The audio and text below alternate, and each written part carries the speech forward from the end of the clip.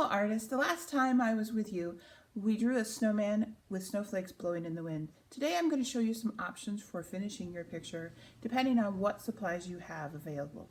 Alright, so gather your supplies and your picture from last week and let's get started. If you've got your paper from last week, then we should look and talk about finishing this. Now if you have markers or crayons or even colored pencils, you can use those to color your pictures. Let me give you some tips on how to do that.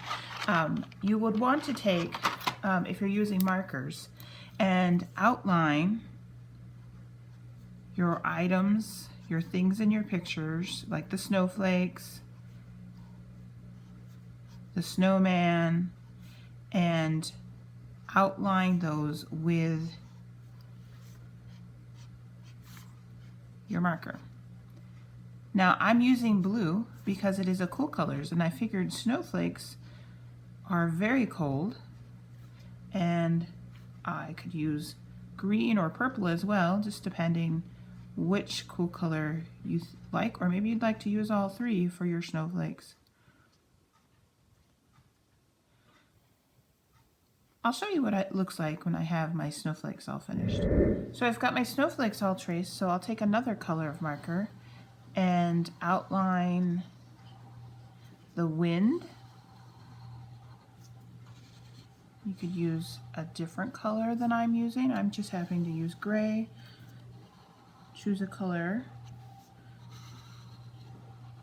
that makes you happy. And I am also going to choose lots of other colors to outline the other objects in my picture. I'll show you what that all looks like in just a minute.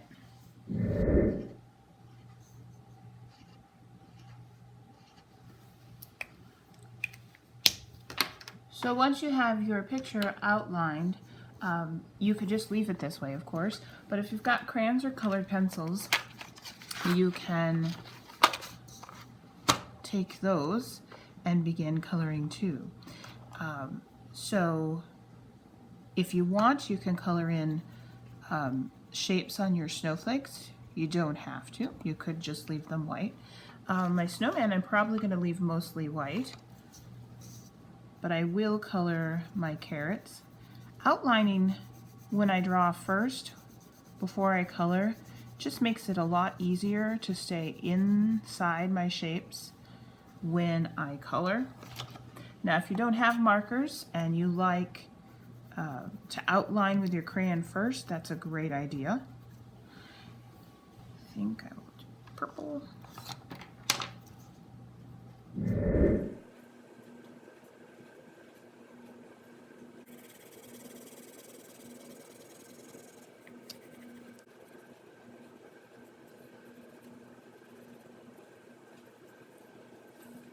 Now, of course, my snowman is probably going to stay white, but I do think I want to color a little bit in the sky as well. So you take a color or two and you can just start coloring. Now, when you're coloring a very large area like the sky, it's important that you stay nice and neat. And one way to do that is not to go too fast or too big emotions, even if you're in a hurry. Break it down into little pieces. Like for example, I'm just coloring in that section. I like to kind of, these little swirls, these lines that we drew for the wind really do help me kind of break down so it doesn't have to be so, and then give yourself a break. If your hand starts to get tired, just stop until you're ready to start coloring again. You'll notice that I'm kind of trying to color in the same direction, and I'm not switching directions going this way and then that way.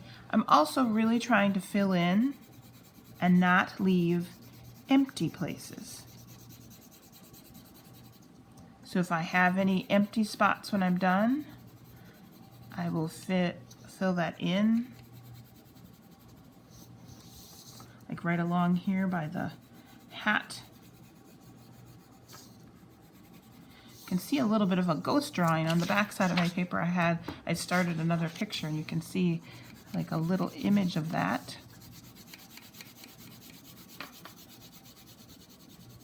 Now I wish I had colored this a little darker so it would be different than the sky. There, like that. Ooh, gotta get the right color. Now if you want to use more than one color in your sky, that's okay to do too. So if you would like to try to do purple and green on here as well. I chose this color because it reminded me of a cold winter day. And my snowman, if it was too warm, would start to melt.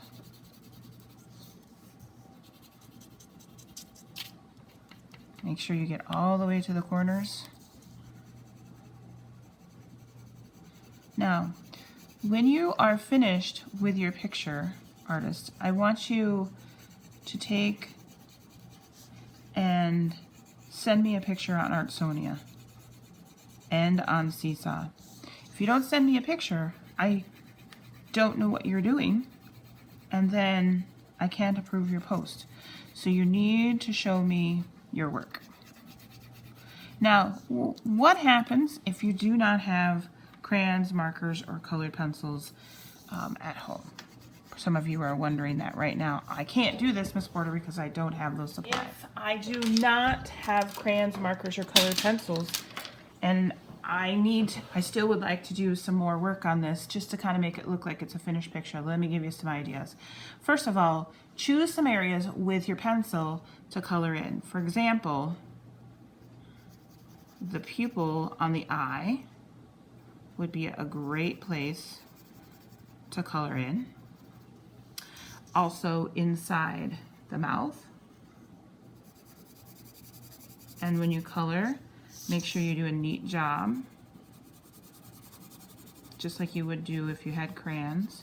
Sometimes coloring with pencil is a little more time consuming because the tip of it is so much smaller than a crayon. Also, one thing you can do to kind of make your picture seem a little more finalized is to go back and, I think I'm going to do, I don't want to color this part all in dark like I did on the mouth and the eyes, but I do want it to look like maybe there's a little bit of a shadow. So I'm going to do something called hatching, which just means you're making lines all parallel, all going the same direction to kind of create a shadow. Those happen to be all going the same size. If the closer you put them together, I'm going to make some that are shorter right in here, closer to the rim. The closer you make those together, the more of a shadow you'll have. You can also do something called cross hatching, which is hatching again, but then crisscrossing, going a different direction. So there's a couple ways right there that can give your picture a little bit more interest than if you just left it simply lines. Another thing that's a good idea to do, I'll show you what this looks like later when I have all these cross-hatching lines done. Another thing I sometimes like to do if I don't have something to color with is I like to make some of my lines thicker. So sometimes I just use the side, I lay my pencil down on its side, and that way my pencil has a wider edge and I can make some lines thicker, and then they stand out just a little bit. I won't do that probably for everything, just the things that I really want to emphasize or stand out in my picture. Of course, adding more texture is another way you can add, kind of doing hatching lines. I grew carrots in my garden this year, and I noticed that they have these little lines on them. So adding more texture can also be a nice thing. Speaking of texture, I could add a texture, perhaps this is a knitted hat, and I could do some lines to show the texture of the knitted hat. So there are a couple ideas depending on what you have at home, some things you can do to finish your picture. When I get done adding texture, emphasizing lines, and adding hatch lines, I will show you, and cross hatch lines, I will show you what that looks like when I'm all done.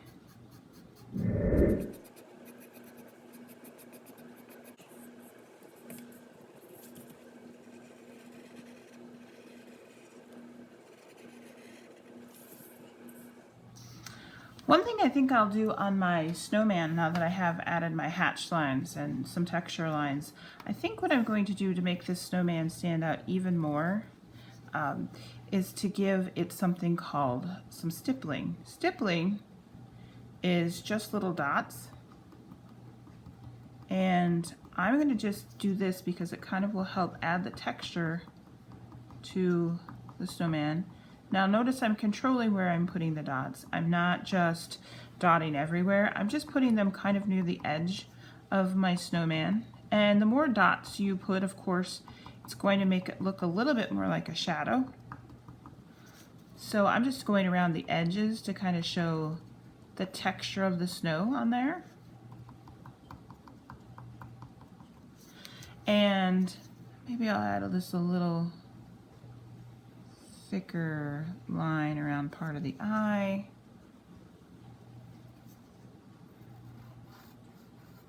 So artists, when you finish everything, send me a picture on Seesaw Artsonia, and I can't wait to see what you've come up with.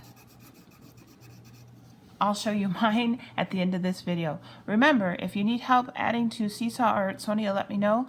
I have included in this activity a refresher on how to use Artsonia. Just look on page 2. The QR code is on page 3. All right, stay creative. I'll see you next time. Bye.